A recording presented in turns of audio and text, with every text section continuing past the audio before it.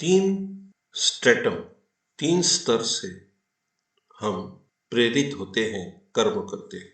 वैश्विक चित्त, universal consciousness, जो मेरे चित्त से जुड़ी हुई है।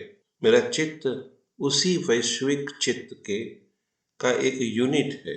मेरा सबकॉन्शियसनेस, जिसे चित्त कहे, ये चित्त मुझे भीतर से प्रेरणा देता है और इसी प्रकार मैं कर्म करूं तो वो प्रेरित कर्म होते हैं, मेरे पीछे पुश रहता है।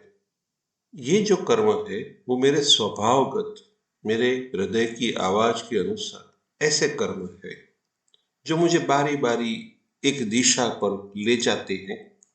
वो कर्म इसीलिए किए जाते हैं कि जिससे मैं अपने ऋणानुबंधों को पूरा कर सकूं, और इसमें लाभ हो या अलाभ हो, जय हो या पराजय हो, मगर अर्जुन को युद्ध करना ही है। भगवान श्री कृष्ण यही कहते हैं अर्जुन से कि तुम लाभ अलाभ से बाहर निकलो, समत्व में आओ और अपने कर्म करो जो तुम्हें भीतर से आवाज देते हैं। इसी कर्म के कर्मफल शून्य करेंगे, आपको शांति देंगे। चित्त से मेरा स्वभाव, स्वभाव से उत्पन्न हुई इच्छा और इच्छा से हुए मेरे कर्म, तो इसी कर्मों में मेरे चित्त यानी मेरे सबकॉन्शियस के आशीर्वाद है। इसीलिए वो कर्म करने में बहुत आनंद आता है। जैसे कि आप पेंटिंग कर रहे हो, आप गीत गा रहे हो, आप दौड़ रहे हो, आप झूम रहे हो, आप अपने क्षेत्र में बड़े इन्वॉल्व होके कर्म कर रहे हो जो आपके भीतर की स्वभाव को सानुकूल है। वो सभी कर्म अपने चित्त के प्रेरणा के आधार पर खड़े हैं, तो इसमें आनंद आएगा। और वो कर्मफल मानो कुछ भी नहीं है तो भी आपको आनंद आएगा। हाँ, कर्मफल अगर सुख के हो, दुख के हो, जो भी हो, आपको स्वीकार नहीं करना है, क्योंकि मेरा मन ये कर्म नहीं कर रहा, मेरा चित्त, मेरा सबकॉन्शियसनेस ये कर्म करवा रहा है। तो मुझे जो कुछ भी अनुभव हुए हो इस संसार में, सुख के दुख के, वो मेरे सभी अनुभव में मेरे चित्त को समर्पित करता हूँ। मैं बारी बारी आंख बंद करके प्रार्थना में होकर मेरे हुए सुख या दुख के अनुभव को मैं मेरे हायर कॉन्शियसनेस को देता हूँ और उनको कहता हूँ कि देखो, मुझे इस धरती पर ये मैंने पाया, आप उसका स्वीकार करें। मुझे उससे कुछ लेना देना नहीं है। ये शरीर तेरा और ये मन भी तेरा, मैंने तो अपना ठीक से कर्म किया। तो बहुत लोग होते हैं जो प्रामाणिक होते हैं मगर आर्थिक रूप से शिथिल होते हैं। बहुत होते हैं जो बहुत काम करते हैं मगर उनको कुछ नहीं मिलता। तो आप ये याद रखिए कि अंत में माता प्रकृति और आपका सबकॉन्शियसनेस आपसे ये कर्म करवाकर आपको शून्य की ओर ले जा रहे हैं। आपके पूर्व ऋणानुबंध यहीं पर नलीफाई, क्लियर होते हैं। आप बहुत मुक्ति को प्राप्त होंगे, एक अच्छी अनुभूति रहेगी भीतर, बहुत शांत जीवन होगा और आप बहुत स्वस्थ रहेंगे।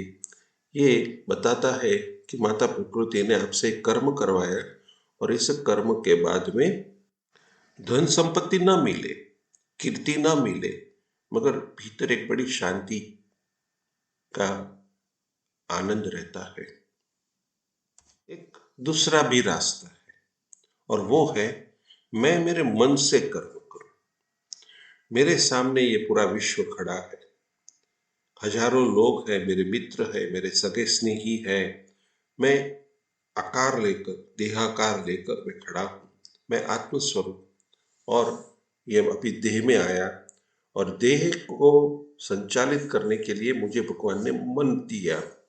तो ये मन से मैं भी कार्य कर रहा हूँ। मन जो है वो इंद्रिय ग्राह्य अवयव है, उसको इंद्रियां जो देती है, फीड करती है, वो ही मन काम समझ सकता है, उसको एनालिसिस कर सकता है।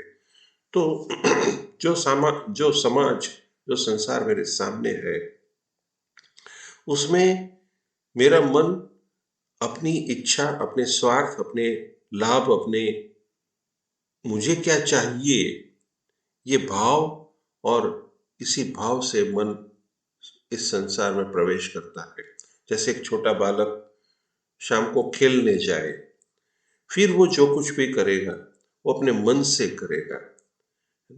तो ये जीवन का ये दूसरा पहलू है कि तुम अब चित्त की बात को भूल जाए और अपने मन से इस संसार का प्रयोग करें, ताकि आप अपने आप को ठीक से एक्सप्रेस कर पाए, अपने भीतर निहित दिव्य गुणों को खिला सके, खोल सके अपने हृदय को, और आप जो है इस प्रकृति, एक समाज को दिखा सके कि देखो मैं कितना सुंदर डांस कर सकता हूँ, मैं कितना सुंदर गीत गा सकता हूँ, मैं कितना सुंदर खेल सकता हूँ, मैं कितना सुंदर पढ़ सकता हूँ, मैं कितना सुंदर कंपटीशन में, रेस में खड़ा रह सकता हूँ। You you enjoy this life. तो जो साधक है वो अपने जीवन की दो धाराओं पर ठीक से बैलेंस रखता है। एक, मुझे कुछ खींच रहा है, मुझे कोई पुल कर रहा है, हाँ? इतना सारा सुंदर संसार है, मुझे कोई खींचता है और मैं उसकी ओर जा रहा हूं। तो ये एक बात है, पुल, और पुल में मेरा मन काम करेगा। ठीक से नेविगेशन करना आना चाहिए, तो अकस्मात होते हैं। और दूसरा है पुश, जो मेरा चित्त मुझे कहता है कि तू ये काम कर, इस दिशा में जा, ये निर्णय ले ले, ये चॉइस तुम्हारी हो।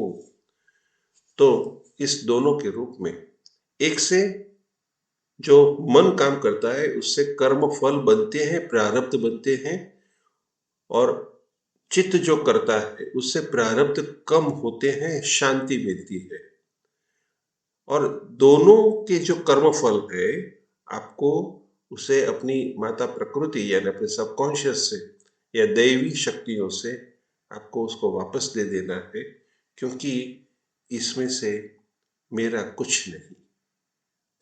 मैंने तो मेरे गुण प्रकट किए, या मैंने वो किया जो तुमने मुझे इंट्यूशंस दिए थे। मैं डॉक्टर बना, मैं इंजीनियर बना, मैं आर्किटेक्ट बना, आपने जो भीतर से मुझे प्रेरणा देते रहे उसी तरह से मैंने किया। अब ये मेरा जीवन है, ये मेरा कर्म फल है।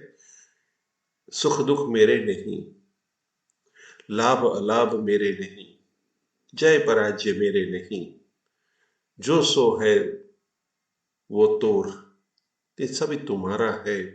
ऐसा मानकर आप शांत हो जाए, सुख दुख में से उपराम होने का यही एक श्रेष्ठ रास्ता है। जय श्री कृष्ण। डॉक्टर योगेश अग्रवाल।